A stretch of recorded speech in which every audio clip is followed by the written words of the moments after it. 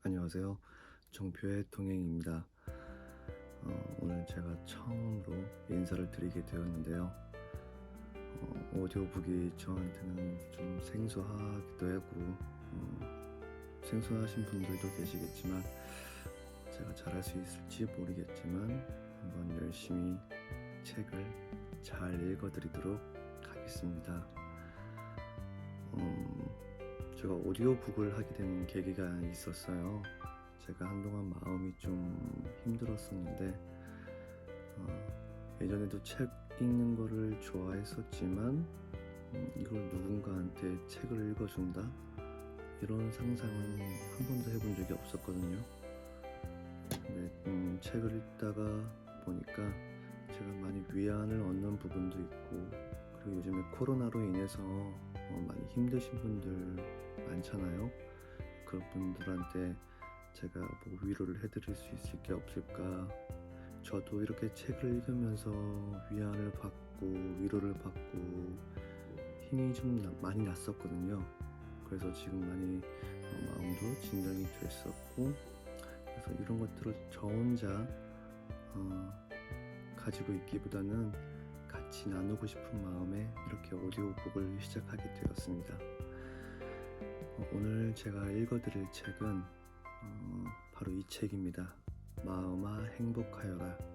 6분의 그 스님들께서 쓰신 책인데, 일단 스님들이라고 해서 뭐 불교적인 종교적인 입장을 드러내기 위한 오디오북은 아닙니다. 물론 책 내용 중에 종교를 설파하시기 위해, 불교를 설파하시기 위해 하시는 말씀들도 많지만 그 외에도 정말 좋은 말씀들이 많으시기 때문에 종교적인 입장이 전혀 없다는 점 양해 부탁드리겠고요. 저도 이 책을 보면서 정말 마음이 좀 행복해지는 경험을 많이 받았거든요. 그래서 여러분들과 함께 공유하고 싶어서 이렇게 오디오북을 시작하게 되었습니다. 그럼 지금 마음아 행복하여라 읽어드릴게요. 마음아 행복하여라.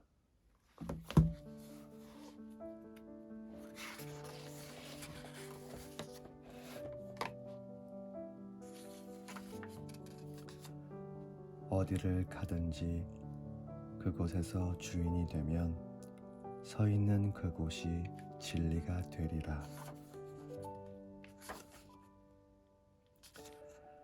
가장 행복한 날은 바로 오늘입니다.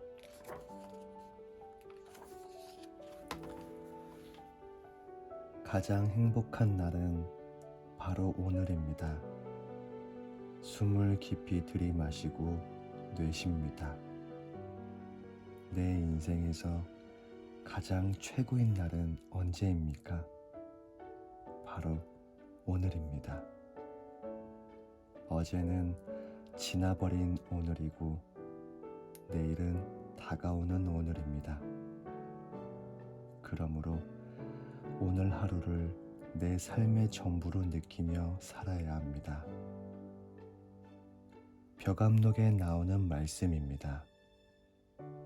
오늘, 지금 이 순간 나는 무슨 씨앗을 심고 있습니까? 지금 이 순간 나의 행동과 나의 말, 그리고 나의 생각은 나의 미래가 됩니다. 내 남은 생에 내가 가장 젊은 날은 바로 오늘입니다. 내 남은 생의 첫날도 바로 오늘입니다. 눈을 감고 마음속으로 관세음 보살님의 자비로운 미소를 떠올려 봅니다. 자비하고 낮게 불러봅니다. 어색해도 한번 해보세요. 지금 이 순간 내 마음은 어떤가요? 눈을 뜨고 양손을 턱에 괴고 꽃받침을 만듭니다. 부처님, 저 예뻐요? 말해봅니다. 부끄러워 웃음이 나와도 한번 해보세요. 지금 이 순간 내 마음은 어떤가요? 내 안에 무엇이 그 말 한마디를 못하게 가로막고 있나요? 내 안에 무엇이 들어있나요? 마음이 시키는 대로 하는 사람을 마음의 노예라 합니다. 마음의 노예는 힘들고 괴롭고 불행한 삶을 삽니다. 지금 이 순간 일어나는 내 마음을 바로 보는 사람을 마음의 주인이라 합니다. 마음의 주인은 자유롭고 평온하고 행복한 삶을 삽니다. 부처님은 마음의 노예에서 벗어나 마음의 주인이 되는 공부를 가르쳐 주셨습니다. 마음이 시키는 대로 하는 우리는 화내고 싶으면 화내버리고 욕하고 싶으면 욕해버리고 고집 피우고 싶으면 고집 피우고 하기 싫으면 안 해버립니다. 내 안에 어떤 놈이 들어있길래 그 놈이 시키는 대로 합니다.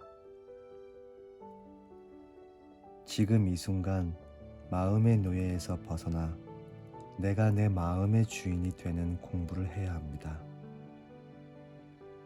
오랫동안 감춰뒀던 마음의 사진기를 하나 꺼내보겠습니다. 신기한 물건을 봤을 때, 아름다운 풍광을 봤을 때, 귀여운 아이를 만났을 때 우리는 사진을 찍습니다. 양손, 엄지와 검지로 나만의 사각 사진틀을 만듭니다. 그럼 마음의 사진기가 준비된 것입니다. 손을 벌려 사진틀을 줄여도 보고 서서히 넓혀도 봅니다. 주위를 둘러어 보고 사진을 찍어 봅니다. 사진을 찍으면서 소리도 내봅니다. 찰칵. 당신은 어떤 장면을 찍으셨나요? 손을 점점 크게 벌릴수록 사진기가 커지고 그 안으로 더 큰 장면이 눈에 들어옵니다. 손가락 사진틀이 내 눈에 안 보일 때까지 넓혀 보십시오. 잊지 말아야 할 것은 지금 이 순간 나는 어떤 장면을 찍고 있는지 그걸 보는 겁니다. 이것이 바로 내가 나를 보는 방법입니다. 나는 어떤 마음의 크기로 어떤 장면을 찍고 있는가? 그것을 보면 나라는 사람을 알 수 있고 나아가서 우리가 서로 함께 행복해질 수 있는 방법을 찾을 수 있습니다. 손톱만한 사진을 찍었다면 지금 이 순간 나의 마음은 딱 그만큼이라는 말입니다. 이런 사람을 부르는 말이 있지요? 맞습니다. 밴댕이입니다. 속 좁은 사람, 고집 센 사람, 자기만 아는 사람, 남의 단점 꼬집기 좋아하는 사람, 다혈질인 사람의 마음, 그 사진은 무엇을 찍었는지 알아볼 수 없을 정도로 작습니다. 너무 작아서 도무지 다른 걸 볼 수 없죠. 그 사진기 속에는 내가 옳고 너는 그르다. 내가 최고이고 너는 틀렸다. 이런 건 나만 하는 거다.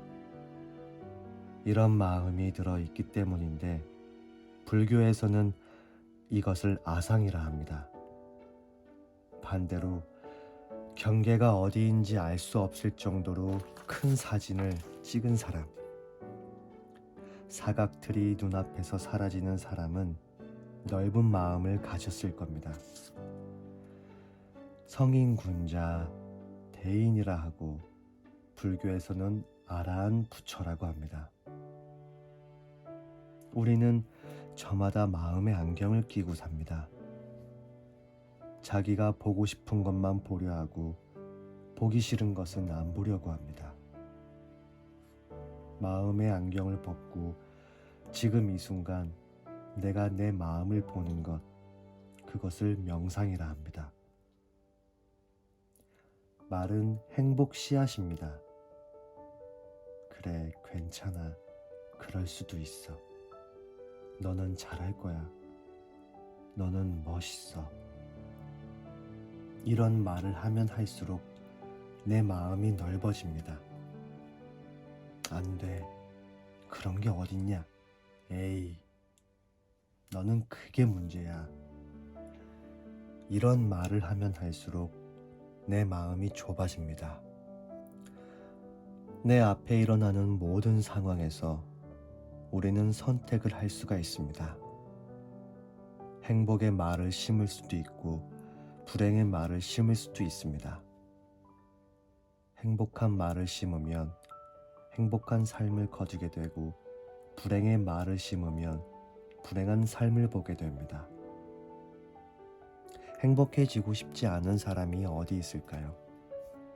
그런데 사는 현실이 괴롭고 힘들다고 다들 아우성입니다.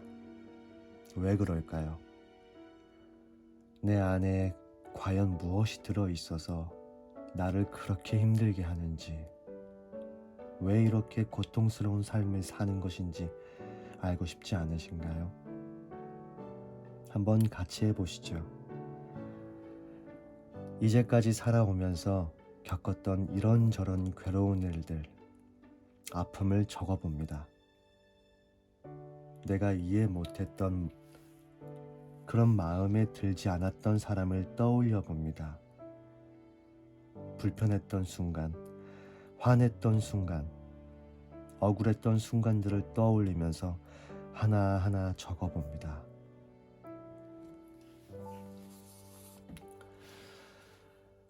잠시 눈을 감습니다. 들숨 날숨에 집중합니다. 그리고 눈을 뜬 후 불편한 마음들이 적힌 종이를 봅니다. 그것이 내가 아닌 누군가의 일이라고 생각하고 바라봅니다.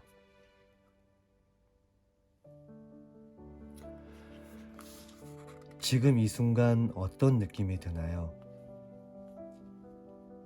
그 사람에게 이렇게 말해줍니다.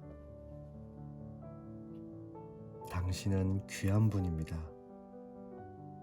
당신은 이 세상에서 하나밖에 없는, 무엇과도 바꿀 수 없는 소중한 분입니다. 당신도 나와 똑같이 슬픔과 외로움과 절망을 겪어 알고 있습니다. 당신도 나와 똑같이 삶에 대해 배우고 있습니다. 당신도 나와 똑같이 고통을 피하려 하고 있습니다. 당신께서 욕심내고 화내고 어리석은 마음에서 벗어나 진정 행복하길 바랍니다. 당신이 근심과 고통에서 벗어나 행복을 얻길 바랍니다. 나는 당신을 존경합니다. 나는 당신이 자신의 인생에서 주인공이 되길 바랍니다. 나와 만난 인연으로 당신이 행복하길 바랍니다. 이것이 관세음보살의 마음입니다. 관세음보살은 중생의 아픔과 늘 함께하고 고통을 어루만져 주시는 어머님과 같은 분입니다. 어머니가 자식의 눈물을 닦아주듯 안아주고 품어주는 분입니다. 자신을 위해서는 또한 타인을 위해서 자비의 마음을 일으킨 당신이 바로 관세음보살입니다. 지금 이 순간 어떤 느낌이 드십니까? 부처님께서는 세 가지 진리를 말씀하셨습니다. 첫째, 사람은 반드시 죽습니다. 둘째, 언제 죽을지 모릅니다. 셋째, 죽을 땐 아무것도 가져가지 못합니다. 그렇다면 어떻게 살라는 말일까요? 자기가 지은 복은 자기가 가져간다 했습니다. 복이란 내 것을 꺼내서 나누는 겁니다. 남의 것을 꺼내서 나누는 사람은 도둑이라 하지요. 혹은 복을 까먹는다고 말하는데 어떤 사람이 그럴까요? 입으로 투덜거리면서 불행의 씨앗을 심고 옆사람에게 불쑥 신경질 내고 찡그리며 사는 사람이 그렇습니다. 그러면 어떻게 해야 어마어마한 복을 지을 수 있을까요? 만나는 모든 일을 부처님 대하듯이 하면 됩니다. 당신을 존경합니다. 당신은 귀한 분입니다. 라고. 그 사람의 행복을 바랄 때 무량대복을 짓는 것입니다. 부처님께서는 오늘 나에게 닥쳐오는 일은 과거에 뿌린 씨앗이 열매가 되어서 오는 것이라 했습니다. 또한 오늘 내가 뿌리는 씨앗은 미래의 열매가 된다고 하셨습니다. 지금 이 순간 어떠한 복의 씨앗을 심을지는 자신에게 달려 있습니다. 오로지 불상 앞에서만 절을 하면 불쌍한 사람이 됩니다. 어떤 신도님은 절에 와서 불상 앞에 앉으면 절을 정말 정성껏 열심히 합니다. 삼천배를 자주 하기도 합니다. 왜 절을 하시냐고 물으니 남편이 건강했으면 좋겠고 사업도 번창했으면 해서 삼천배를 하신다는 겁니다. 그렇게 어느 날도 절에 오셔서 불상 앞에서 열심히 절을 하고는 집으로 돌아가셨습니다. 그런데 그날 저녁 그분이 눈이 펄해져서 다시 절에 오셨습니다. 어찌된 일이냐 물으니 저놈의 인간 때문에 못 살겠어요. 스님, 헤어져야겠어요. 하시는 겁니다. 집에 돌아가셔서 남편과 싸우고 화가 나서 다시 절에 오셨다는 겁니다. 그래서 제가 제안을 하나 했습니다. 좋습니다. 그런데 헤어질 때 헤어지더라도 3000배를 한번 더 해봅시다. 2999배는 여기서 하고 마지막 3000번째의 절은 남겨뒀다가 남편에게 그 절 한번 하고 헤어집시다 라고 하니 그분도 좋다고 하시며 절을 열심히 하고는 집에 가서 30년 동안 같이 살아온 남편에게 마지막 절을 했다고 합니다. 그랬더니 하직 인사를 하는 부인에게 남편이 퉁명스럽게 한마디 했답니다. 미안해 라고요. 다시 절을 찾은 신도님은 스님, 안 되겠어요. 아무래도 이번 생은 저 인간하고 살아야 할 것 같아요 하는 것 아닙니까? 이쯤 되면 부처님도 난감하시지 않을까요? 한 번은 남편 잘 되게 해달라고 기도하고 다음에는 제발 헤어지게 해달라고 기도하고 다시 와서는 다시 잘 살게 해달라고 기도하고 내 부처님은 누구입니까? 법당에 앉아 계신 불상이 내 부처님인가요? 남편과 아내와 자식이 내 부처님인가요? 바르게 보셔야 합니다. 사찰은 연습하는 곳입니다. 실전은 집에 가서 자신의 생활에서 하셔야 합니다. 하늘에서 내리는 비가 어디든 가리지 않고 내리듯이 부처님의 은혜도 마찬가지입니다. 그처럼 내 가족, 내 이웃에게 묻지도 따지지도 말고 내가 먼저 하면 됩니다. 내가 먼저 웃을 때 우리 집에 웃음꽃이 피고 그 전에 내 마음속에 꽃이 핍니다. 내가 행복해집니다. 얼굴과 낙하산은 펴져야 삽니다. 살아가는 지혜가 여기에 있는 겁니다. 우리는 모두 행복을 원합니다. 행복하기를 바라시죠? 제가 방법을 알려드리겠습니다.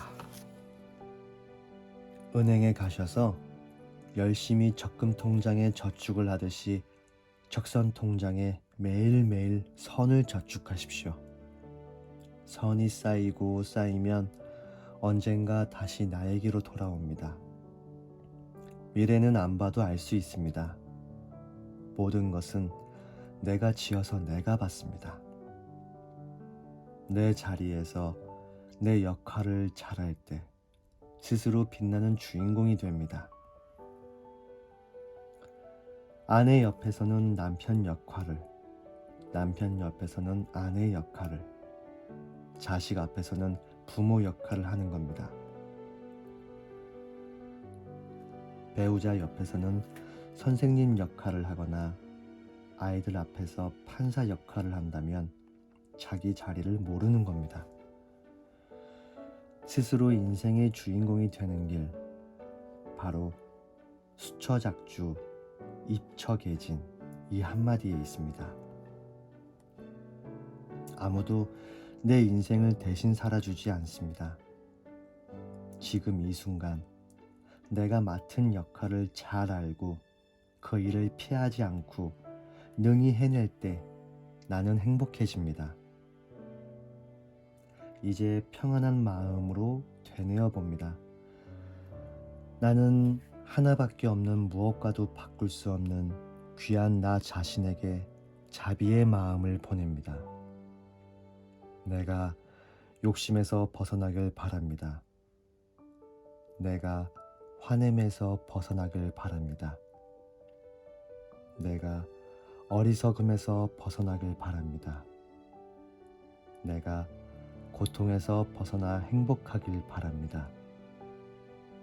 내 가족들이 욕심내고 성내고 어리석게 구는 삼독에서 벗어나 진정으로 행복하길 바랍니다. 내 가족들도 나와 똑같이 슬픔과 외로움과 절망을 겪어 알고 있습니다. 내 가족들은 나의 부처님입니다. 내 가족들에게 화냈던 것 미안합니다. 사랑하는 내 가족들을 아프게 했던 거 참여합니다. 가족으로 인해 내 삶이 빛나고 있습니다. 내 곁에 있어준 가족들 감사합니다. 내가 자유롭기를 바라는 것처럼 모든 살아있는 생명이 자유롭기를 바랍니다. 내가 평온하길 바라는 것처럼 살아있는 모든 생명이 평화롭길 바랍니다. 내가 행복하길 바라는 것처럼 살아있는 모든 존재들이 행복하길 바랍니다. 지금 이 순간 살아있음이 감사합니다. 세상을 구하는 좋은 약. 법륜스님. 옛날 인도에는 삼종지도라는 풍습이 있었습니다. 여인은 일생 동안 주인이 3번 바뀐다는 것입니다. 어릴 때는 아버지, 결혼하면 남편, 남편이 죽으면 아들이 여인의 주인이라는 말인데, 연세 드신 분들은 지금은 폐지된 과거의 호주 제도를 잘 아실 겁니다. 어릴 때는 아버지가 호주이고 결혼하면 남편이 죽으면 아들이 호주가 되지요. 이런 시대였으니 여인이 스스로 행복을 찾지 못하고 스스로 자기 삶의 주인이 되지 못했습니다. 그래서 어릴 때는 좋은 아버지를, 결혼할 때는 좋은 남편을, 늙어서는 좋은 아들을 둬야 행복한 여인이라고 여겼습니다. 그런데 어느 날 시다르타 태자가 말을 타고 길을 가는데 어떤 여인이 지나가는 태자를 보고 이렇게 노래했다고 합니다. 저런 분을 아버지로 둔 여인은 행복하겠다. 저런 분을 남편으로 둔 여인은 행복하겠다. 저런 분을 아들로 둔 여인은 행복하겠다. 이렇게 한 여인으로부터 저런 아버지, 저런 남편, 저런 아들을 둔 여인은 얼마나 행복하겠느냐라고 칭송을 받았던 태자였지만 정작 본인은 행복하지 않았습니다. 부처님은 왕자로 태어나서 왕위를 잃을 뿐이었습니다. 물질적으로 풍요로웠고 사회적 지위도 높았으며 인기도 좋았습니다. 쉽게 이야기하면 남부러울 게 하나도 없는 분이었습니다. 과연 저 사람에게도 무슨 걱정이 있을까라고 생각되어지는 분이었지요. 그렇지만 태자는 정작 고민이 많았습니다. 우리는 경제적으로 여유가 있고 사회적 지위가 높고 인기가 있으면 행복할 줄 압니다. 그래서 그렇게 되게 해달라고 부처님께 기도하곤 합니다. 그런데 부처님은 그 모든 걸 누리고 있었지만 그것만으로 인간이 행복해지지 않는다는 사실을 경험했기 때문에 그 모든 것을 버리고 출가를 하셨습니다. 진정한 행복을 불교에서는 열반이라고 합니다. 또한 진정한 자유를 해탈이라고 말합니다. 그러니까 부처님은 해탈과 열반을 찾기 위해 그 많은 부와 지위, 인기를 모두 다 내려놓았습니다. 그리고 새로운 길을 찾아 나섰습니다. 마침내 자유와 행복, 해탈과 열반을 증득하셨습니다. 그런데 지금 우리들은 부처님께서 다 버린 그 부와 권력과 명예를 얻기 위해서 부처님께 자꾸 달라고 빕니다. 우리는 부처님과 같은 지위에 올라가 본 적이 없기 때문에 내가 돈만 많으면, 지위만 높으면, 인기만 많으면 행복할 거라고 막연히 생각합니다. 하지만 부처님은 그런 것이 행복을 가져다 주지 않는다고 분명히 가르쳐 주셨습니다. 우리가 살아가는 데는 돈이 필요합니다. 사회적 지위가 있으면 편리합니다. 다른 사람들이 나를 좋아하면 그것도 역시 좋습니다. 그러나 돈은 우리가 생활하는 데 필요한 것이지 내 삶의 주인은 아닙니다. 그런데 가만 보면 돈이 주인이고 사람은 거기에 얽매여 종노릇을 합니다. 돈의 노예가 됐다는 말입니다. 어떤 이는 자신의 지위가 마치 자신인 줄 착각합니다.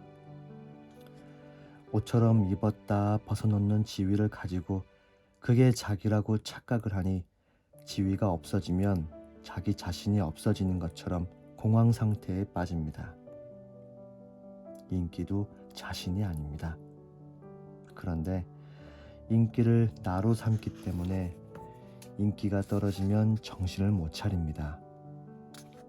돈이든 지위든 인기든 그런 것이 자신이 아닌 줄 알면 겸손해집니다.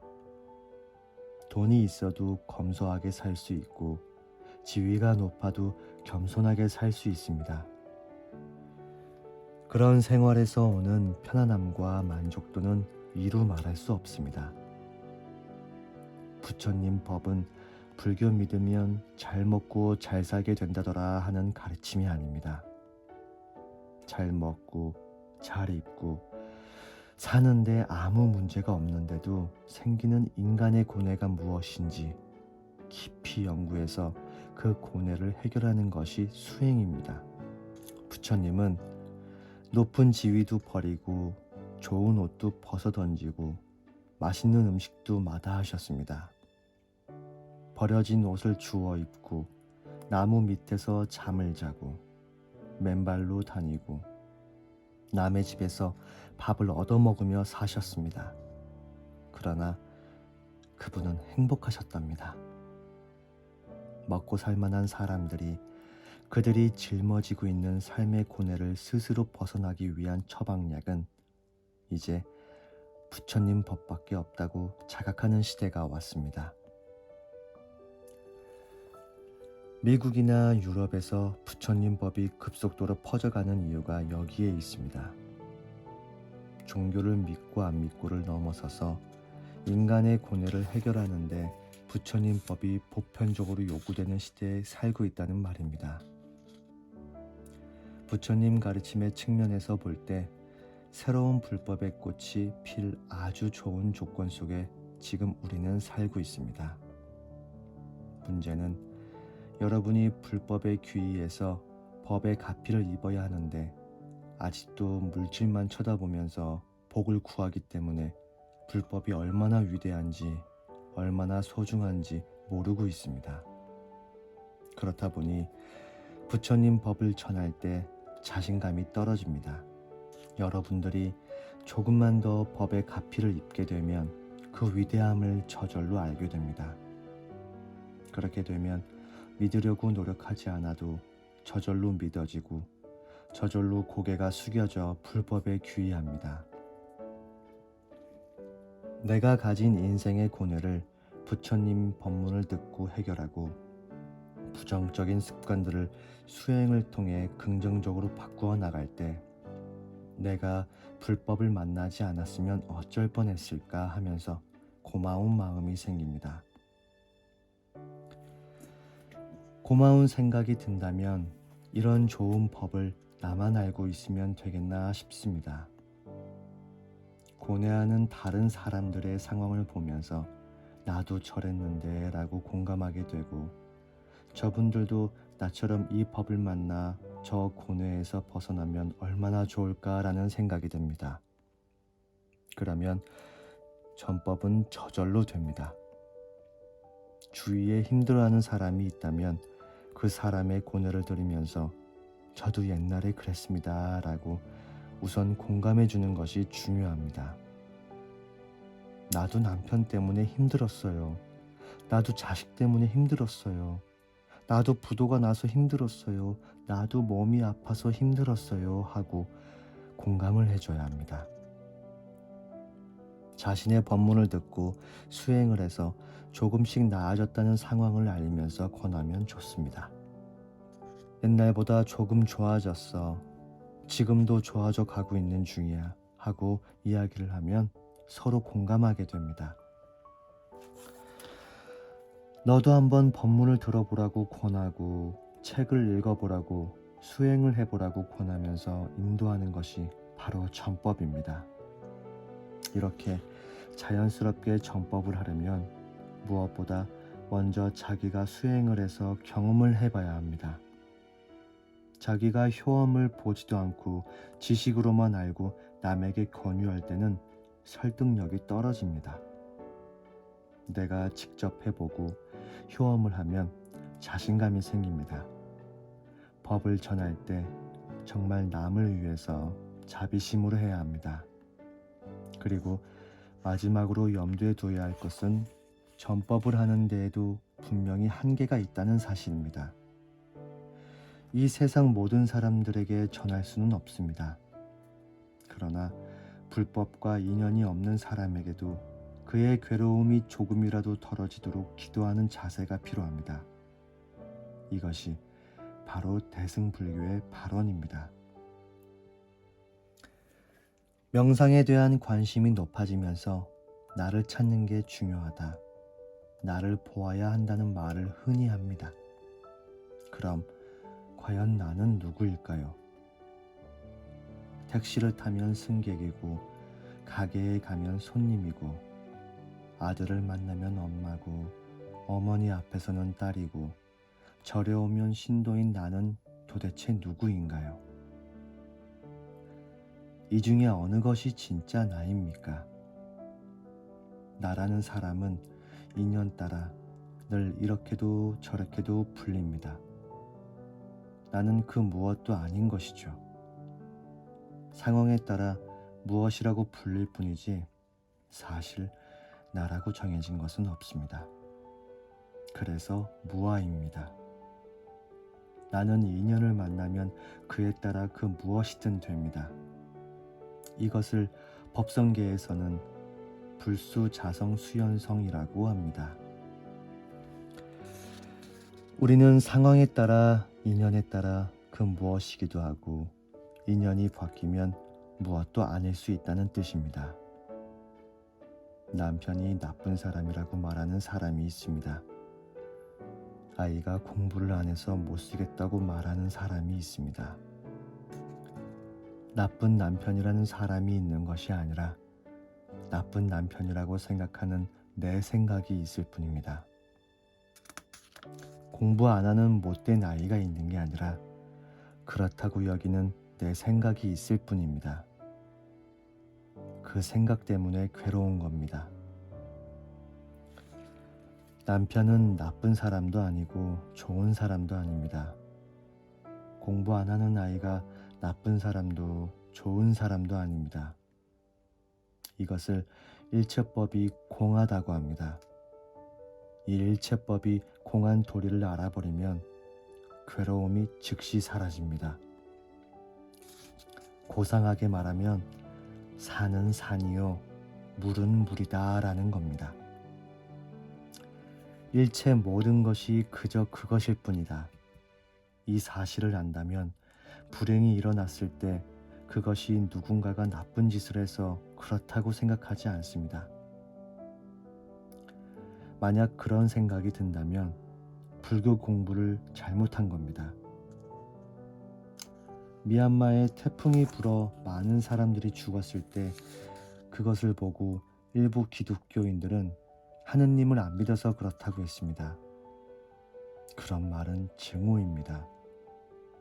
불법은 그런 것이 아닙니다. 남이 불행을 겪을 때 내 나라, 내 형제가 아니더라도 그 불행을 극복하기 위해 함께 도와서 이겨내도록 하는 것이 부처님 가르침입니다. 일본에 지진이 나서 많은 사람이 죽었을 때 우리나라 사람들이 해묵은 감정만 생각하면 독도와 위안부 문제 때문에 벌받았다라고 말할 수 있습니다. 그러나 그렇게 말하는 것은 불법을 믿는 사람의 태도가 아닙니다. 그러한 불행을 극복할 수 있도록 재난을 극복하도록 돕는 것이 불법입니다. 마찬가지로 북한에서 미사일을 쏜다, 핵실험을 한다고 해도 그 속에서 굶주리고 있는 사람을 도와야 합니다. 저놈들이 못되게 구니까 굶어 죽어도 싸다라고 말들 하는데 그것은 불법이 아닙니다. 세상 사람들이 그렇게 말할 수도 있습니다. 감정에 치우치기 때문입니다. 그러나 불자라면 미사일을 쏘고 핵실험을 하는 한쪽 면만 볼 것이 아니라 그 속에서 굶주리고 병들어 있는 어린이들을 볼 수 있어야 합니다. 그게 부처님의 가르침입니다. 더구나 내가 낳은 자식이 장애가 있다고 해서 이게 무슨 나쁜 과보냐 식으로 접근하는 것은 불법을 잘못 이해하는 것입니다. 오히려 몸이 아픈 아이가 내게 온 것을 고마워해야 합니다. 나는 불자이기 때문입니다. 만약 다른 사람에게 갔으면 방치될 수 있는 이 아이를 부처님께서 관세음 보살님께서 나보고 돌보라고 여기에 보내셨구나 하고 생각하면서 아이를 돌보다 보면 자신이 변하게 됩니다. 세상을 한번 보십시오. 요즘은 제 아이도 장애인이라고 버리는 시절입니다. 그런데 수녀님들은 그런 남의 아이를 하나도 아니고 여러 명씩 돌보고 있습니다. 하나님의 은총을 조건 없이 바란다면 나 또한 다른 사람에게 그러한 은혜를 조건 없이 베풀어야 비로소 구원받을 수 있다고 믿는 신앙을 기반으로 그렇게 하는 것입니다. 이 세상에서 받는 상은 작은 것이고 저 하늘나라에서 받는 상이 큰 것이라 믿기 때문이죠. 부처님도 금강경에서 아무런 조건 없이 베푸는 것은 한량없이 공덕이 크다고 했습니다. 무주상보시입니다. 장애가 있는 아이도 다른 아이와 다름없이 그 수준에서 행복할 권리가 있다는 것입니다. 엄마라면 아이가 커서 어떻게 될까 걱정하기보다 아이가 그 조건에 맞게 행복할 권리가 있고 나는 그것을 위해 조금 돕는다고 생각하십시오. 그리고 항상 감사 기도를 하면서 기쁜 마음으로 돌봐야 합니다.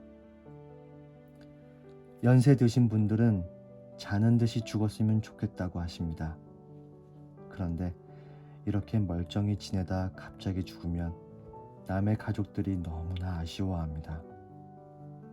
곧 여든을 바라보시는 어느 보살님 한 분도 병원에서 3개월 만에 돌아가신 영감님이 너무 그립다는 것입니다. 그래서 자신이 죽으면 그토록 보고 싶어하는 영감을 볼 수 있는 것인지 제게 물어보셨습니다. 이처럼 고생을 덜하고 일찍 죽으면 산 사람들은 죽은 사람을 그리워하며 마음고생을 합니다. 그러니 혹 누가 갑자기 돌아가시는 것에 대해서 너무 슬퍼하지 마십시오. 고생하지 않고 돌아가셨으니 그건 죽은 사람을 위해서는 좋은 일이기 때문입니다. 그 보살님은 돌아가신 영감님을 애타게 보고 싶다고 하셨지만 만약에 남편이 윤회에서 다시 어린아이로 태어났다고 한다면 그 남편이 보고 싶어 다시 데려오려면 그 아이가 죽어야 한다는 논리로 흘러갑니다. 그러니 노보살님의 생각은 자신의 입장만 생각한 것이지 상대방에 대한 배려는 전혀 없는 것이죠. 이것은 집착입니다. 이것은 사랑이 아닙니다. 나는 남편을 위한다고 생각하지만 상대편에서 보면 남편은 나 때문에 고통을 겪을 수 있습니다. 그래서 서로를 속박하는 집착을 놓으라는 겁니다. 그러니 돌아가신 분에 대해서는 생각을 떠올리며 괴로워하지 마시고 잘 가서 잘 살아라 이렇게 놓아주셔야 합니다. 내가 외롭다면 다른 분 만나서 즐겁게 살아도 좋은 것입니다. 함께 결혼해서 살 때는 정성을 기울여서 살되 한 분이 돌아가시면 안녕히 가십시오 하고 정을 끊어야 합니다. 부처님 법을 받아들이면서 삶을 변화시키는 것, 우리는 그것을 업장소멸이라고 합니다. 기도를 하는 것도 사물을 부정적으로 보는 습관을 긍정적으로 보는 습관으로 바꾸어 좀 더 행복하게 살기 위함입니다. 사람을 미워하다 보면 나중에는 별일이 없어도 자동으로 미워집니다. 화도 그렇고 짜증도 그렇습니다. 나중에는 건드리기만 하면 짜증 덩어리처럼 폭발합니다. 무의식의 세계에서 자동으로 일어나는 현상입니다. 이처럼 미움이나 화, 짜증내는 것도 습관이 되면 업이라고 합니다. 습관이 되어버리면 생각으로는 하지 말아야지 마음 먹어도 조절이 잘 되지 않습니다. 그래서 무의식의 세계를 바꾸는 노력이 필요합니다. 자기 암시를 통해 무의식을 바꾸는 것, 그게 바로 기도입니다. 기도를 계속해도 마음속에는 미움, 화, 짜증의 감정들이 남아 있습니다. 그래서 조금만 자극을 받아도 화가 올라옵니다. 잠시 덮여 있을 뿐 없어진 것이 아니니까요. 이럴 때 참회 기도를 통해 자기 내면에 있는 부정적 카르마를 소멸시켜야 합니다. 그것이 힐링, 즉 마음 치유입니다. 치유하고 나면 스스로 마음이 가볍고 행복해집니다. 무의식이 바뀌면 외부에서 화가 날 만한 자극이 들어와도 빙긋이 웃을 수 있게 됩니다. 그러나 사실 이렇게 되는 게 쉬운 일은 아닙니다. 법문을 듣고 이해는 되지만 자신의 성질이 바뀌는 것은 참 어려운 일이 아닐 수 없습니다. 그래서 꾸준히 해야 합니다. 방법은 두 가지입니다. 명상이나 수련을 통해 입원 환자처럼 강하게 자극을 주는 방법이 있고, 다른 한 가지는 통원 치료를 하는 것처럼 매일 정해진 시간에 지속적으로 하는 겁니다. 매일 아침 일어나서 꾸준히 참회 기도를 100일 정도 하면 자기의 업식을 바로 알게 됩니다. 그렇다고 해도 바로 고쳐지는 것은 아닙니다. 자신의 변화를 보려면 최소한 1000일 정도를 해야 합니다. 그렇게 3년 정도는 꾸준히 수행해야 업이 바뀝니다. 그런데 법문을 듣고 삶이 탁 바뀌는 사람이 있기도 합니다. 이런 사람을 성문승이라고 합니다. 그러나 대다수의 중생은 그렇게 듣기만 해서는 좀처럼 바뀌지 않습니다. 이해는 된다고 생각해도 행동이 잘 바뀌지 않습니다. 그래서 수행을 해서 법의 이치를 자기 것으로 해야 합니다. 이런 사람이 연각승입니다. 그럼 보살승은 어떤 사람일까요? 알게 된 것을 바로 행하는 사람입니다. 실수해서 넘어지면 다시 일어나 연습하고, 넘어지면 다시 또 일어나는 시행착오를 거듭하면서 꾸준히 수행하는 사람입니다. 이렇게 하다 보면 어느 순간 변합니다. 쉽지는 않지만 최소 3년 정도 기도를 하면 변화를 체감할 수 있습니다. 기도에 좋은 것은 절입니다. 절을 하게 되면 정신적으로는 물론이고 육체 건강에도 좋습니다. 여러분들이 누군가와 누워서 대화를 한다고 합시다. 그러다 말다툼이 일어나면 저절로 벌떡 일어나 앉게 됩니다. 계속 언쟁을 하게 되면 일어서겠죠. 언성이 높아지면 고개를 치켜듭니다. 눈을 부릅뜨입니다. 내가 옳다는 아상이 가장 강할 때입니다. 내가 잘못했다는 생각이 들면 치켜떴던 눈을 내립니다. 잘못했다고 생각하면 고개가 숙여지고, 더 잘못했다 싶으면 허리를 굽히게 됩니다. 더 잘못했다 싶으면 무릎을 꿇게 되고, 죽을 죄를 지었다 생각하면 이마가 땅에 닿게 됩니다. 그러니까 오체투지는 내가 옳다는 생각이 완전히 사라졌다는 경지인 것입니다. 절은 내가 옳다는 것을 내려놓는 수행입니다. 절을 하되 횟수가 중요한 것은 아닙니다. 몇 배를 했느냐에 집착하기 시작하면 극기의 훈련은 되겠지만 정신적으로 뉘우치는 것이 아니라 도리어 자기를 움켜쥐는 것이기 때문에 참회의 효과는 적습니다. 그래서 절을 제대로 하라는 것입니다. 마음을 숙이는 것이 중요합니다. 절을 많이 하면 그만큼 마음을 숙이는 것이기 때문에 좋습니다.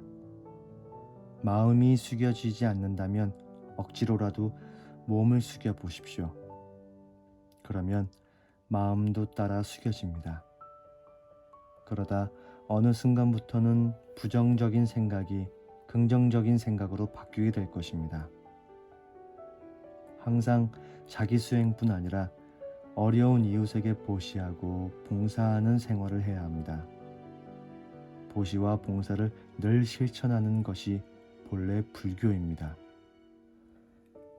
여러분들은 이제 가능하면 한 주에 한 번이라도 절에 가서 법문을 듣고, 또 법문을 듣지 못하는 형편이 되면 경전을 읽으십시오. 그래서 부처님 법을 늘 접해야 합니다. 그러나 부처님 법을 받아들였다 해도 몸과 마음에 오래전부터 배어있는 습관이 하루아침에 바뀌지 않기 때문에 꾸준히 수행을 해야 합니다.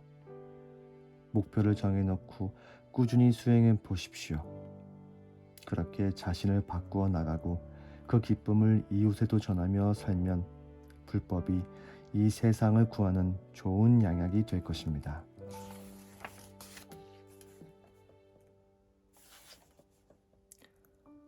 사랑이라는 여행.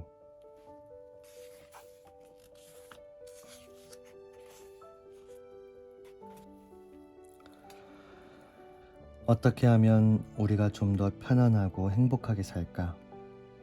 아마 이것이 우리들이 가지는 공통된 생각일 것입니다. 가장 행복한 인생, 가장 행복한 삶을 살려면 지혜롭고 자비로운 사람이 되면 가능하다고 대승불교에서는 가르칩니다. 그런데 지혜롭고 자비로운 사람이 되는 게 그리 쉬운 일이 아닙니다.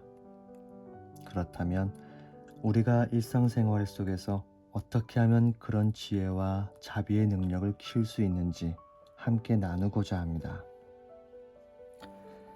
여러분은 살면서 어떤 때 행복한가요? 행복해지는 가장 쉬운 방법은 사랑하면 됩니다.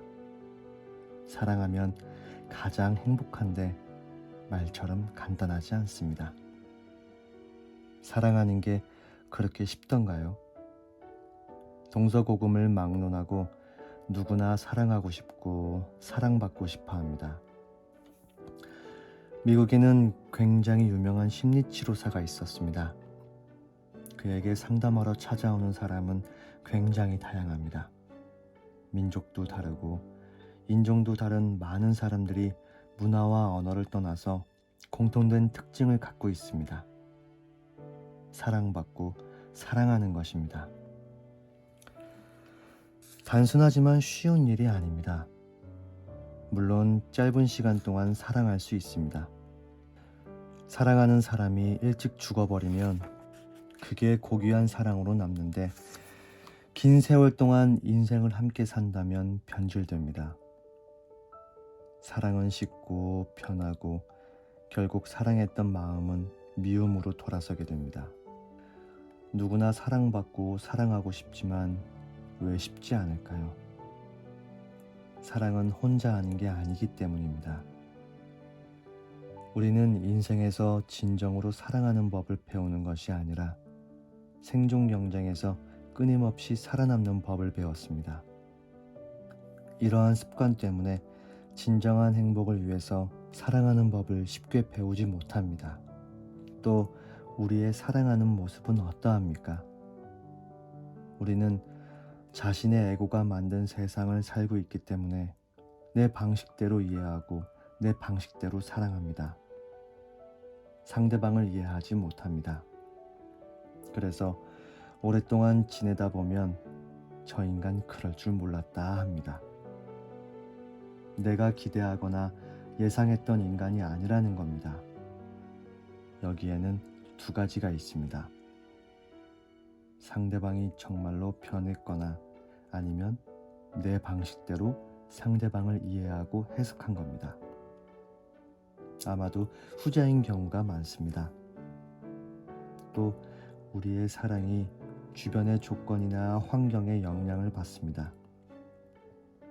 사랑을 하면 인생이 행복하고 세상이 아름답게 보이는데 주위 조건이나 환경 때문에 지속적인 사랑이 어렵습니다. 우리가 태어나면서부터 배운 사랑은 요구적 사랑이지 진실된 사랑이 아니기 때문입니다. 우리는 제대로 사랑하는 법을 배우지도 못했고 사랑은 혼자 하는 게 아니라 둘이 하는 것이고 게다가 주변 환경에 따라 영향을 받을 수 있다는 말입니다. 이것이 진정한 사랑, 지속적인 사랑을 할 수 없는 이유들입니다. 지혜와 자비 수행을 훈련하는 데 있어서 자비의 자는 영어로 loving kindness입니다. 즉 사랑하고 친절함입니다. 부처님 법을 통해 이 자비심을 계속해서 성장시키지 않은 한 우리가 원하는 진정한 사랑을 하기 어렵습니다. 사랑하는 나를 알아야 하고 사랑하는 대상에 대해 제대로 알아야 합니다. 그리고 사랑하는 나와 사랑하는 대상이 살고 있는 세상을 제대로 이해하지 않는다면 일시적 사랑은 가능하지만 지속적으로 사랑하긴 어렵다는 의미입니다. 그래서 결국 우리는 공부해야 합니다. 우리가 사랑하게 되면 세상을 다 얻은 것 같고 인생이 다르게 보이지만 잠깐입니다. 내가 예상치 못했던 고통이 뒤이어 찾아옵니다. 이러한 고통이 찾아왔을 때 어떻게 이해하고 받아들여야 하는지가 중요합니다. 첫째, 내가 잘못 이해하고 착각해서 고통이 왔구나 하는 것을 알아야 합니다. 부처님 법에는 나를 이해하고 상대와 세상을 이해하는 법에 대해 끊임없이 말씀하고 있습니다. 이 세 가지를 잘못 이해하고 착각하면 자기중심적으로 생각하게 됩니다. 그래서 내 뜻대로 되면 기쁘고 행복하지만 내 뜻대로 되지 않으면 불행하고 고통이 오는 겁니다. 둘째, 행복과 불행의 선택은 내가 하는 것이라는 것을 알아야 합니다. 대승기신론에 이런 내용이 나옵니다. 고통스러운 순간에 항상 행복과 불행의 두 가지 문이 열린다고 합니다. 내가 성장하고 행복의 길로 가느냐 아니면 파괴되고 불행한 길로 가느냐 하는 두 가지 문입니다. 고통 자체에 문제가 있는 것이 아니라 내가 어떤 문을 선택하느냐 하는 것이 중요한 겁니다. 고통스럽고 괴로운 순간이 우리 삶의 기회입니다. 그렇다면 이 두 개의 문 가운데 우리는 분명 행복의 문을 선택할 것입니다. 하지만 부처님 공부가 충분히 내재되지 않으면 선택이 쉽지 않습니다. 왜냐하면 내가 원하는 것이 성취되는 순간 암안심과 교만심이 일어나기 때문입니다. 이 암안심과 교만심으로 잘못된 선택을 하거나 선택을 잘하더라도 그 다음에 또 다른 고통이 준비되어 있는 것입니다. 만족하고 감사할 줄 알면 행복의 순간에도 겸손하고 감사할 줄 알고 또 그러면 성장할 수 있습니다. 고통의 순간에도 괴롭기만 한 것이 아니라 거기서 나의 아집과 교만을 바로 볼 수 있어야 하고 이 고통으로부터 무엇을 배울 것인가 하는 자세를 취한다면 고통의 순간이 불행으로 이어지지는 않을 것입니다. 그러니 괴로울 때 부처님 도와주세요 하는 것이 아니라 도대체 무엇 때문에 괴로운가? 또 무엇을 내려놓아야 하는가 하고 자신의 내면을 살피며 끊임없이 부처님께 질문한다면 그 고통이 전화위복이 될 수 있습니다. 이 말은 우리가 어떠한 상황에 놓여도 디딤돌을 걸림돌로 만들 수도 있고 걸림돌을 디딤돌로 바꿀 수 있다는 의미입니다. 다시 사랑 이야기로 돌아가겠습니다. 우리들이 사랑에 대해서 착각하는 게 한 가지 있습니다. 사랑은 주는 것이 아니라 받는 것이라고 생각합니다. 이렇게 생각하면 결국 그 사람은 망가진 인생을 살게 됩니다. 사랑은 기본적으로 봉사하는 겁니다. 공감이 되나요? 왜 우리는 사랑은 받는 것이라고 생각하며 무의식적으로 요구적인 사랑을 하느냐 하면 태어나면서부터 그렇게 살아왔기 때문입니다. 말이나 소, 고양이나 개는 태어나면 새끼가 며칠 안에 일어나 걷습니다. 타인의 도움이 많이 필요하지 않습니다. 지구상의 생물 가운데 우리 인간이 가장 긴 세월 동안 타자와 주변의 도움이 필요합니다. 건강하게 살기 위해서는 선택이 아니라 필수적인 생존 방법입니다. 사람은 다른 사람의 도움 없이 살 수 없기 때문에 사회적 동물이라고 합니다. 가깝게는 나를 낳아준 부모나 나를 돌봐준 사람으로부터 도움을 받으면서 내 마음 깊은 곳에 존재의 간절함을 느끼는 겁니다. 본능적으로도 살아남기 위해서 사랑이 굉장히 필요했습니다. 그런데 그 사랑을 충분하게 받았다고 생각하는 사람은 거의 없습니다. 항상 우리는 받아도 끝이 없는, 더 많이 받고 싶었던 거죠.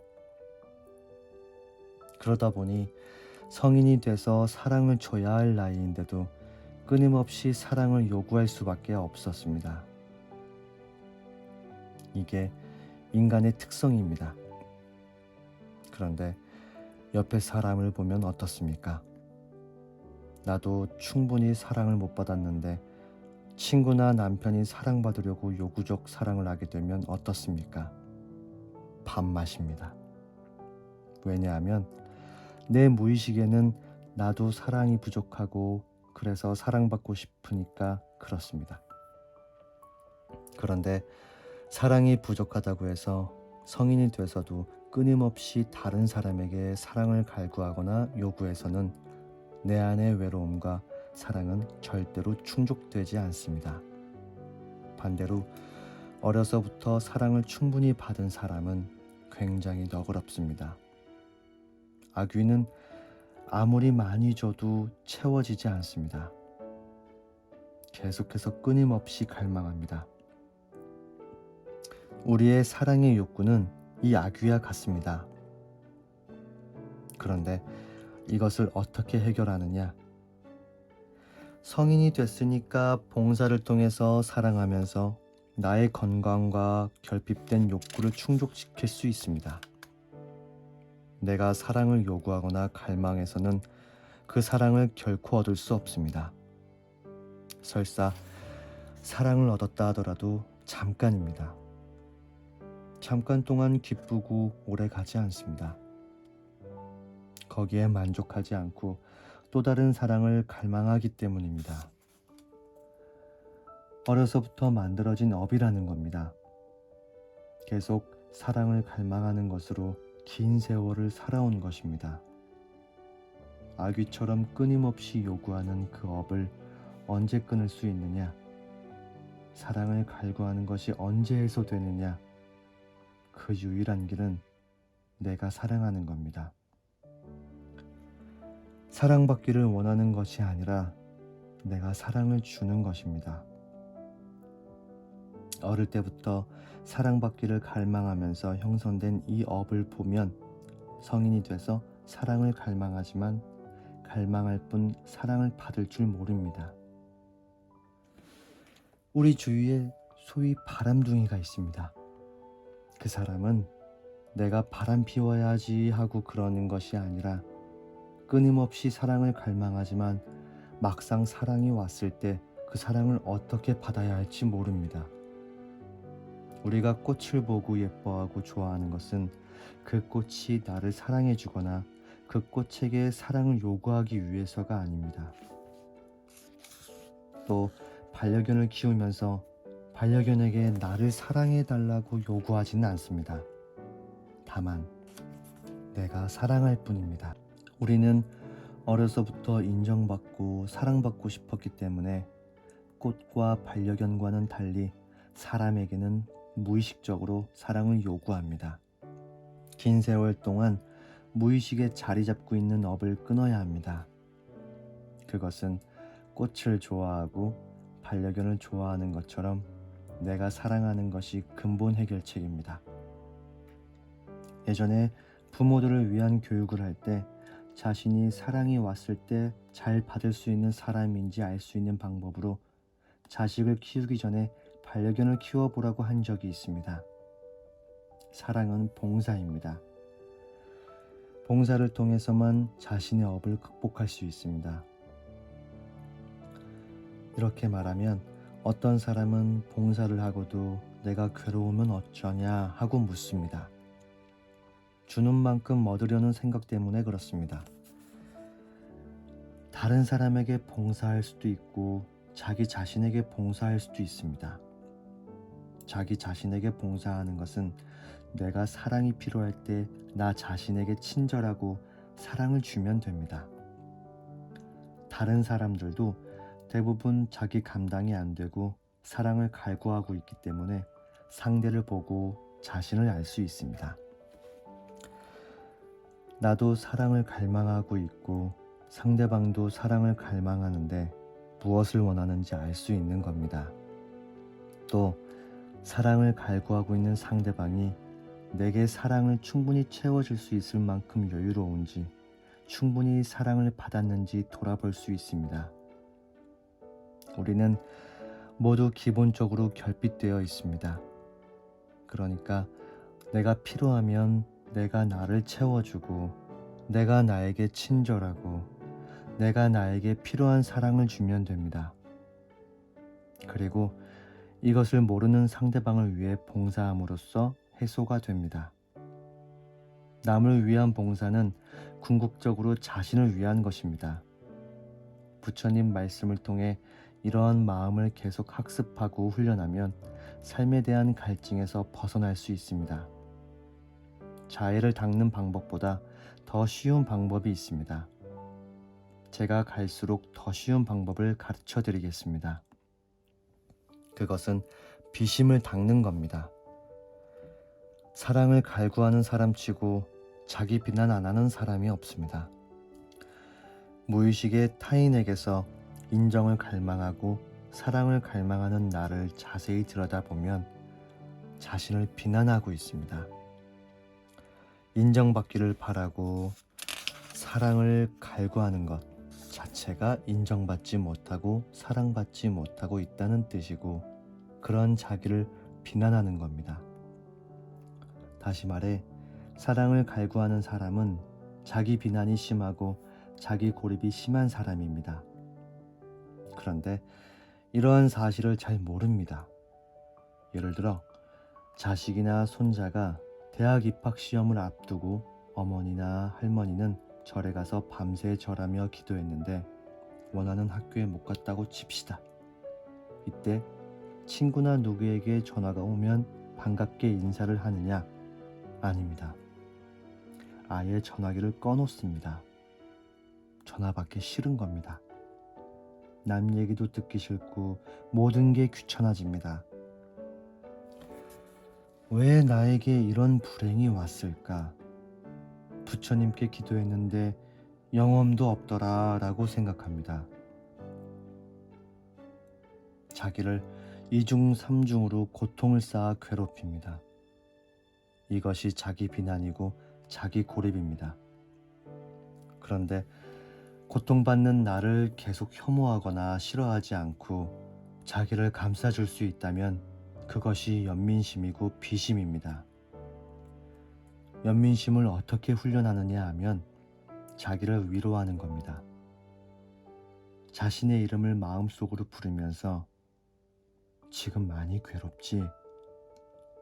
열심히 기도하고 최선을 다했지만 지금 이렇게 괴롭구나 하면서 하다못해 샤워를 한다든지 그동안 생각만 하고 못 먹어본 음식을 자신에게 대접한다든지 영화를 본다든지 커피나 차 한 잔 마시거나 듣고 싶은 음악을 듣거나 하면서 자신에게 친절해야 합니다. 자기를 달달 볶는 대신 말입니다. 자애심이나 연민심을 공부했는데 자비심을 훈련하는 게 그렇게 어려운 건 아니죠. 그런데 이것보다 더 쉬운 방법이 있습니다. 제가 미국에서 10여 년 살았는데 보스턴 시내에 유명한 묘지가 있습니다. 그 묘지 입구에 오늘은 나, 내일은 당신이라는 비명이 서 있습니다. 이것을 보는 순간 깊은 충격과 감명을 받았습니다. 이 말은 지혜와 자비를 한꺼번에 얻을 수 있는 말입니다. 즉, 우리의 삶 자체가 여행이고 나그네 길이라는 것을 깊이 인식하고 깨닫는다면 특별히 따로 훈련하지 않아도 순식간에 지혜와 자비가 샘솟을 겁니다. 우리는 우리의 여행길에서 언젠가는 때가 되면 처음 온 곳으로 다시 돌아가게 됩니다.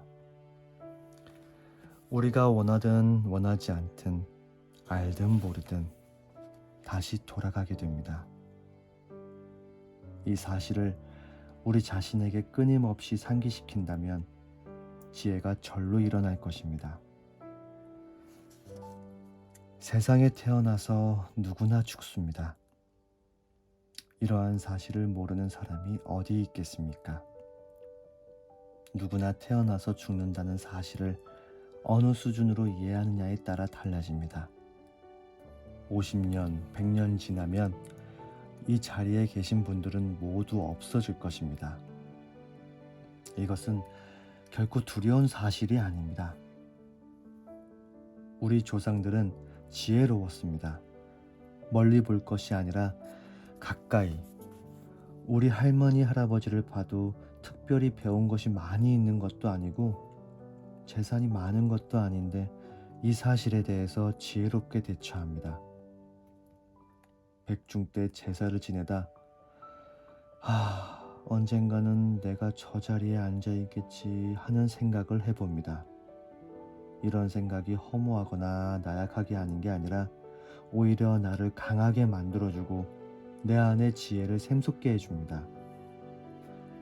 우리가 허무하다고 느끼는 것은 이러한 무상에 대해 참으로 모르기 때문입니다. 모든 것은 변한다고 하지만 누구나 태어나서 죽는다고 하지만 변하지 않을 것이라고 생각하고 죽지 않을 것이라 여기기 때문입니다. 하지만 무상을 안다는 것은 우리 삶이 나그네 길이라는 것을 아는 것입니다. 나그네 길. 여행이라는 것은 경험하는 것입니다. 이 삶에서 내가 무엇을 경험하느냐 하는 것입니다. 우리 삶을 여행이라고 생각할 수 있다면 때가 되면 우리가 왔던 고향으로 되돌아간다는 사실을 어느 수준으로 이해하느냐에 따라 다릅니다. 우리가 여행을 마치고 다 벗고 떠나갈 때 우리에게 남은 것은 뭘 느끼고 뭘 경험했느냐 하는 것인데 갈 때에는 육신이 아니라 오로지 영혼이 가는 겁니다. 영혼이라고 하는 이 마음 작용이 전부입니다. 우리가 인식하는 이 마음 작용은 보고, 듣고, 냄새 맡고, 맛보고, 느끼고, 생각하는 육식의 수준으로 이해하게 되면 허무와 고통이 따르는 겁니다. 업식으로 인한 과보를 받기 때문입니다. 육식에서 우리의 의식은 감정적이고 정서적인 수준으로 그냥 죽지 뭐, 에이, 죽으면 다 끝인데 뭐 하는 겁니다. 이것은 괴로울 때 잠깐 일시적으로 고통이 멈추는 진통제 복용하는 것과 같습니다. 유식 심리학에서 말하기를 육식 외에 제7식 말라식과 제8식 아뢰의 야식이 있다고 합니다. 나는 제7식을 자아의식이라고 하는데 에고가 자리한 곳이라 부릅니다. 육식에서 우리의 의식은 감정, 정서의 수준이라면 말라식의 자아의식 수준에서 암안심의 번뇌가 있습니다. 그래서 죽는다는 사실에 대해 거부하고 저항하는 겁니다. 그러나 죽는다는 사실을 깊이 인식한다면 거의 완벽한 무아 수준입니다. 내가 만든 자아의식이 아만이 만든 세상을 벗어나서 타인이나 나 자신에게 연민심을 낼 수 있습니다. 우리는 여행길에서 만난 사람들에게 눈인사를 하고 덕담을 나누지 평생 함께 살 것처럼 치고받고 싸우지 않습니다. 여행길이라는 사실을 모르기 때문에 싸우며 힘들어하는 겁니다. 아르의 야식은 겉으로 드러나지 않은 잠재의식, 무의식이라 할 수 있습니다. 아래야식 수준에서는 내가 때가 되면 온 곳으로 결국 돌아간다는 것을 아는 것입니다. 내가 어떤 집안에서 태어났든 무슨 경험을 했든 저 사람이 어디에서 와서 어떤 경험을 했든 모든 것으로부터 자유로울 수 있습니다. 여행길이 겨울 햇살처럼 짧기도 하고 어떻게 보면 여름 햇살처럼 길기도 합니다. 인생을 살아갈 때 어려움이나 갈등이 누구에게나 있습니다. 이러한 불편함이 있을 때 나는 이렇게 합니다. 손을 들고 살아온 세월이 몇 년, 내게 남은 세월이 몇 년 하면서 계산하면 순식간에 마음이 가라앉습니다. 모든 게 다 감사하고 아침에 눈 뜨면 새로운 하루가 허락됐구나, 새로운 인연이 오겠구나, 저 햇살도 고맙고 미운 옆사람도 고맙고 감사합니다. 그 사람이 좋든 싫든 나와의 인연에 감사하고 내 옆에 있어줘서 고맙습니다. 내려놓아라 하면 어떻게 내려놓느냐고 하거나 힘들다고 합니다. 나에게 남은 세월을 계산해 본다면 순식간입니다. 나는 나의 인연대로 그것이 무엇이든 간에 편안해야 합니다. 무리하게 애쓰면 이중삼중으로 손해입니다. 내가 어떠한 상황에 놓여 있어도 그것은 나의 여행길 위에 있는 겁니다. 심하게 끄달릴 필요가 없습니다. 애써 태어난 척하는 것도 어색합니다. 이때 자기를 돌아보아야 합니다. 우리는 중생이고 중생심을 가졌으니 이러이러한 기분이 살짝 일어났네 하는 정도입니다. 좋다 싫다 하는 어떤 분별하는 마음을 일으키지 말라는 것이 아니라 그런 기분이 일어났다는 것을 다만 알아차릴 뿐입니다. 그렇게 자기를 돌아보고 알아차리기만 하면 그 반응은 일어났다 사라집니다. 마치 파도가 제 아무리 높이 쳐도 결국은 떨어집니다. 그런데 우리들은 떨어지는 동안 못 기다리고 행동을 합니다. 거기에 끼달려서 말하고 행동하면서 이중삼중의 고통을 얻습니다. 부처님은 첫 번째 화살을 맞을지언정 두 번째 화살을 맞지 말라고 했는데 두 번째, 세 번째 화살을 계속 맞는 겁니다. 그러니까 우리 인생에서 정말로 고통이라거나 사건 자체가 힘겨운 게 아니라 그 사건을 어떤 태도로 받아들이느냐 하는 것이 문제입니다. 우리가 불행하다고 느끼는 가장 큰 이유는 남과 비교하기 때문입니다. 내 마음이 불편할 때 거기에는 암안심이 없습니다. 비교하는 마음 속에 자기가 잘났다는 생각입니다. 비교해서 우월감을 느끼거나 열등감을 느끼는 것은 순식간입니다. 불교에서 마음 수행할 때 명상과 힐링의 핵심은 그냥 자각하는 겁니다. 어떠한 마음이 일어나더라도 따라가거나 못 일어나게 없애는 것이 아닙니다. 일어나면 일어나는 대로 알아차리는 겁니다. 우리가 일으키는 질투심이나 우울감, 화 같은 것은 파도와 같습니다. 파도가 아무리 높게 치든 낮게 치든 사라집니다. 조금 높게 치면 조금 오래 기다리면 됩니다. 그냥 숨을 쉬면서 기다리는 겁니다. 나의 귀의처가 몸입니다. 부처님이 떠날 때 안한존자가 부처님이 가신 뒤에 어디에 의지하느냐 하고 묻자 부처님은 사념처라고 했습니다. 사념처는 신수심법입니다. 즉 몸과 느낌과 마음과 법, 이 네 가지에 의지하라는 겁니다. 네 가지 가운데 몸을 잘 관찰하는 겁니다. 괴롭거나 불편하면 제일 먼저 내 몸으로 옵니다. 내 몸으로 와서 지금 불안하고 불편할 때 불안하고 불편하구나 하고 관찰하면 금방 편해집니다. 일상생활 속에서 생멸을 볼 수 있으면 편안해집니다. 이것이 명상입니다. 한마음 일어났을 때 숨을 쉬면서 기다리면 됩니다. 숨을 쉬면서 감각을 코끝에서 아랫배로 가보세요. 들이쉴 때 코끝에 집중하고 내쉴 때 아랫배에 집중하는 겁니다. 그 다음에는 내 몸 어디에서 가장 심하게 느껴지는지 알아차립니다. 논리적으로 따지려고 하면 번뇌 망상으로 흘러가기 때문에 따지면 안 됩니다. 그냥 지켜보는 겁니다. 심장이 쿵쿵거리며 뛰는지, 어디가 따끔거리는지, 배가 살짝 아픈지 살핍니다. 내 몸에서 반응하는 그곳을 가만히 지켜보세요. 이것이 알아차림 명상이라고 합니다. 그 다음에는 자비를 보내야 합니다. 내 몸 가운데 배가 반응하며 아프다면 배를 만지면서 편안해지거라. 그래야 네가 사는 거야. 누구나 그럴 수 있어. 그렇지만 그것도 잠깐이고 지나가는 거야 하고 자기에게 친절하게 말해줍니다. 그런데 우리들은 부정하려고 합니다.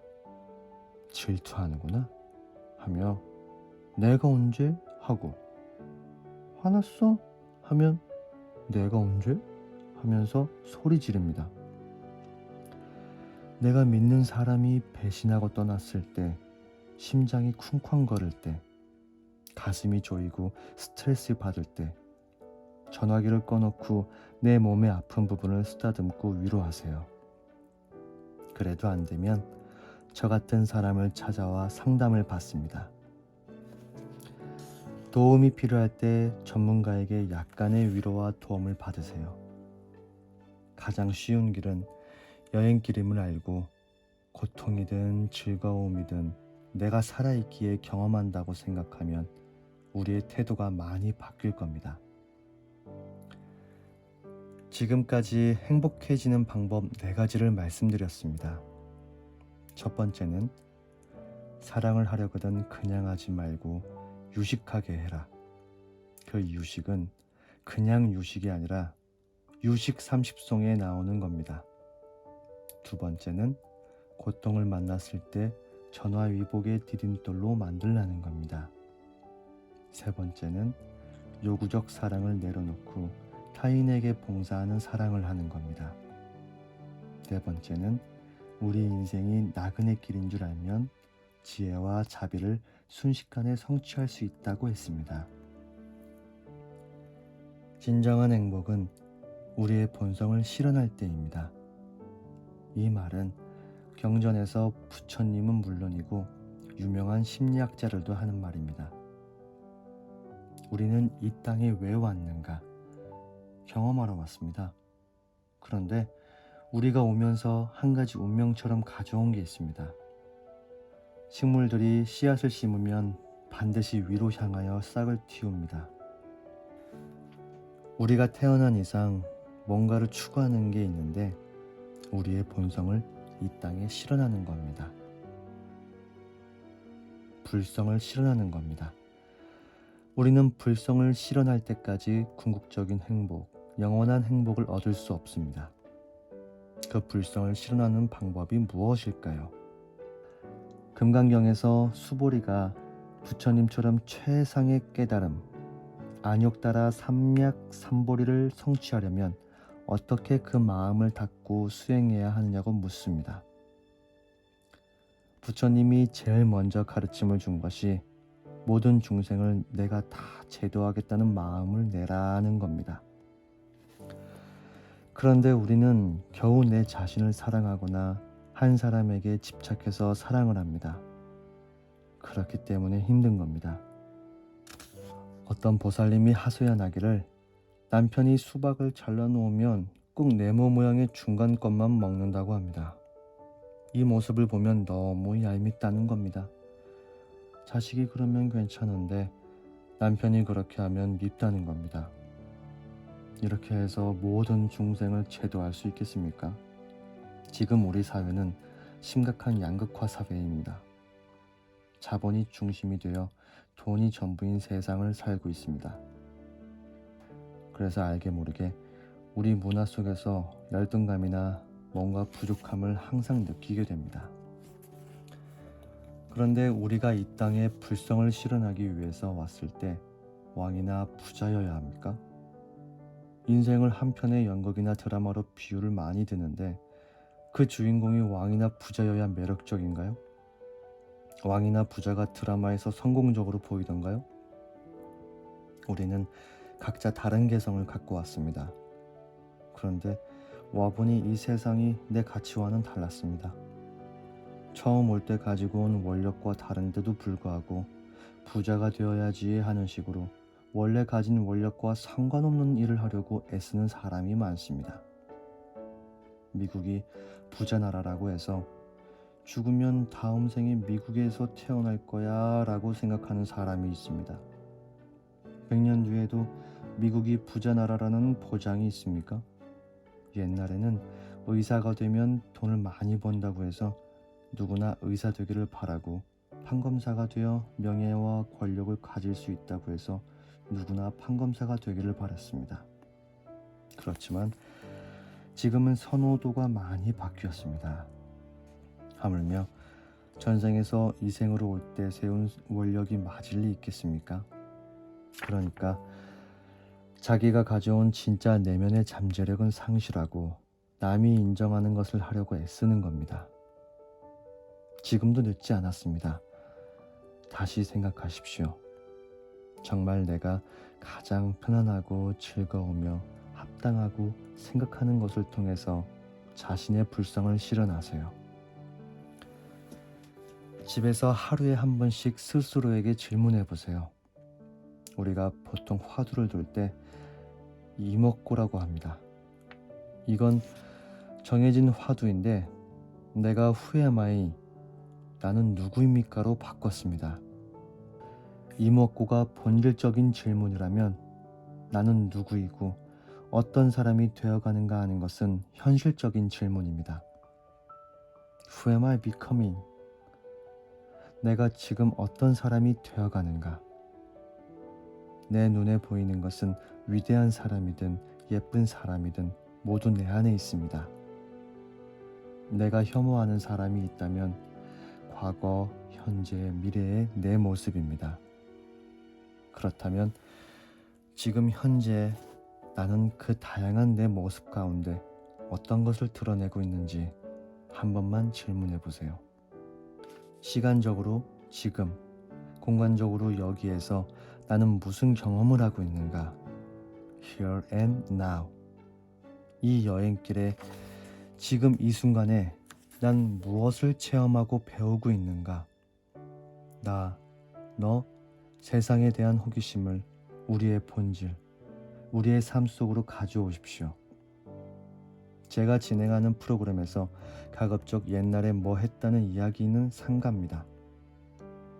지금 여기서 무엇을 느끼고 경험하고 이 순간에 뭘 배우고 있느냐가 매우 중요하기 때문입니다. 나에게 처한 어떠한 상황도 내가 살아있어서 경험하는 것입니다. 그 다음에 뭘 배울 수 있을지, 나의 불성을 실현하는데 어떻게 쓸지 고민하십시오. 그리고 그 경험을 통해 어떻게 반응하는지 살펴보세요. 습관적 패턴으로 반응한다면 업이 계속 쌓이는 겁니다. 그렇게 반응하지 않고 가만히 지켜보십시오. 다만 알아차리기만 하면 됩니다. 어떤 사람을 볼 때 찜찜하다는 거부 반응이 있을 수 있습니다. 자신의 경험을 감추는 겁니다. 있는 그대로 인정하고 사실 그대로 본다면 그 사람이 매력적으로 보일 겁니다. 누구와 비교해서 좋다, 나쁘다, 크다, 작다, 예쁘다, 밉다 하면서 분별하는 것은 중요하지 않습니다. 뛰는 사람 위에 나는 사람이 있고 나는 사람 위에 가만히 있는 사람이 있습니다. 질문의 시간을 갖겠습니다. 단, 생각이나 판단, 개념을 질문하지 말고 느낌이나 정서, 감각을 말씀해 주세요. 우리들은 안다라고 할 때 생각이나 판단, 개념적으로 접근합니다. 불교 공부는 경험을 바탕으로 합니다. 생각이나 판단, 개념은 간접적인 지식이고 이 공간에 참여하면서 저를 쳐다보면서 이야기를 듣고 몸으로 느끼는 정서적인 심리 상태는 직접적인 체험입니다. 그런 체험을 바탕으로 표현하면 모두에게 유익할 것입니다. 세상을 살아가면서 소심한 마음 때문에 힘들 때가 많습니다. 제가 살아가면서 소심함에서 벗어나려면 어떻게 해야 합니까? 많은 사람이 있는 곳에서 일어나서 질문을 할 수 있는 사람이 소심할까요? 절대 소심하지 않습니다. 그런데 질문하는 자신이 소심하지 않다는 것을 계속 부정하고 있습니다. 자신이 소심한지 소심하지 않은지에 대한 굉장한 기준을 갖고 있습니다. 그 기준을 버려야 합니다. 우리는 누구나 소심하기도 하고 대범하기도 합니다. 여러분들이 점집에서 점을 보거나 심리검사를 할 때 그냥 소심하다, 대범하다 하는 것보다 소심한 것 같으면서도 대범하다라고 하거나 대범한 것 같으면서도 소심하다라고 하면 아주 잘 맞다고 생각합니다. 그런데 내가 어느 한 가지 생각에 집착하면 나는 소심하다라고 하거나 나는 대범하다라고 생각합니다. 내려놓으십시오. 그러한 고정관념을 이 순간에 털어내면 좋겠습니다. 남편이 종교생활을 너무 열심히 해서 가정에 소홀히 합니다. 가정생활과 종교생활의 균형을 맞춰달라고 요구했습니다. 아이들과 지내는 시간을 가져달라고 요구하고 있습니다. 어떻게 해야 할까요? 가정생활과 종교생활의 균형을 맞추고 조절해야 합니다. 그런데 효과적인 방법을 선택해야 합니다. 남편이 불자라면 가족이 함께 절에 나오면 좋겠습니다. 또 집에서는 가족과 함께 잠깐 명상을 한다든지 아침 식사하면서 부처님 말씀에 대해 대화를 나누는 겁니다. 경전의 구절이나 명상시를 읽으면서 차를 마시거나 이야기를 나누면 됩니다. 그런데 가정생활과 종교생활을 구분해놓고 그것 하지 마라, 가정을 지켜라 하면 갈등 관계처럼 보입니다. 우리 마음 하나만 바꾸면 굉장한 장점이 됩니다. 그렇게 소통하면 남편도 아주 좋아할 것이고 아이들도 정신적인 성장을 할 수 있습니다. 가정에서도 놀이를 수준 있게 하는 겁니다. 부부법회나 일일법회에 나가보세요. 인생은 여행길이고 나그네 길이라 파도가 치면 가라앉기를 기다리면서 살라고 들립니다. 현대사회를 살아가는데 무엇인가 성취하고 싶은 생각도 있고 그 과정의 노력과 경쟁도 필요합니다. 스님 말씀대로 그냥 여행길의 경험으로 생각하며 살아야 하는지 사회 발전을 위해서 노력과 경쟁을 해야 하는지 헷갈립니다. 내가 동쪽 이야기를 하면 서쪽을 반대하는 것으로 오해합니다. 그러니까 여행길에서 기차 시간 놓칠 것 같으면 뛰어야죠. 여행이니까 하고 가만히 앉아 있으면 되나요? 필요한 것이 있고 원하는 목표가 있으면 성취해야 합니다. 때로는 티켓이 한 장뿐이면 그것을 얻기 위해 노력도 해야 합니다. 중요한 것은 경쟁하지 말라는 것이 아니라 이 경쟁이 서로에게 유익한 상황이냐 아니면 서로를 파괴하느냐 하는 겁니다. 관계의 일방통행은 없습니다. 우리가 드라마에서 보면 많이 가진 부부들의 일상이 어떤가요? 즐겁던가요? 즐기던가요? 돈을 즐기던가요? 아름다운 정원을 즐기던가요? 치열하게 애쓰며 살고 있습니다. 하지만 성취하는 게 목적이 아니라 성취를 왜 하는지 분명히 알아야 합니다. 우리가 충분히 누리고 살 때에는 많이 필요하지는 않습니다. 내가 어렸을 때에는 콜라가 굉장히 맛있었지만 지금은 생수가 귀하고 맛있습니다. 또 어렸을 때 바나나 한 개 값이 중학생 용돈을 다 써야 했습니다. 그런데 너무 맛이 없어서 깜짝 놀랐습니다. 그래도 그 당시에는 굉장히 귀한 과일이었습니다. 지금은 그렇지 않죠. 우리가 경쟁을 할 때 진정으로 내 불성을 실현하고 내가 더 많이 사랑하고 행복해지는 경쟁인지 살펴서 알아차려야 합니다. 그래서 마지막에 3가지 질문을 드린 겁니다. 경쟁하는 순간에 질문을 던지면서 알아차리면 굉장한 지혜를 얻을 수 있습니다. 사랑하되 집착하지 말라고 하면 아예 사랑 자체를 하지 않으려고 합니다.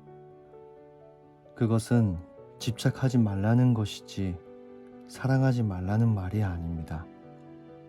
우리가 사랑하되 끝까지 사랑하려면 집착하거나 치우치지 말고 지금 여기서 경험하는 사실을 알아차려야 한다는 말입니다. 경쟁하는 순간에 질문을 던지면서 알아차림하면 굉장한 지혜가 나옵니다. 그런데 사랑하면서 집착하지 말라고 하니까 아예 사랑 자체를 안 합니다. 그건 아니죠. 집착하지 말라는 말이 사랑하지 말라는 말이 아닙니다. 우리가 사랑하되 끝까지 사랑하려면 집착하거나 어느 한쪽으로 치우치지 말고 지금 여기서 경험하는 사실을 감지하라는 얘기입니다. 경쟁을 할 때에도 나이와 상황에 따라 달라집니다. 여행길에서 느낌이나 감정이나 감각을 경험하는 것을 개념적으로 받아들이면 안 됩니다. 이러한 말이 젊은 사람들에게는 리더십으로 설명이 됩니다. 불법이 이렇게 멋진 것이구나 라고 생각했다면 내 삶을 잘 가꾸는 것과 더불어 가족과 친구 등 주변에 기쁨을 나누어 주어야 합니다. 유식 강의를 할 때 3가지를 강조합니다. 부처님 공부는 나에 대한 이해, 내가 인연 맺고 있는 상대에 대한 이해, 나와 상대가 살고 있는 주변 사회와 지구에 대한 이해가 함께 갖추어야 합니다. 이 세상이 유기적이라는 사실을 알아야 합니다.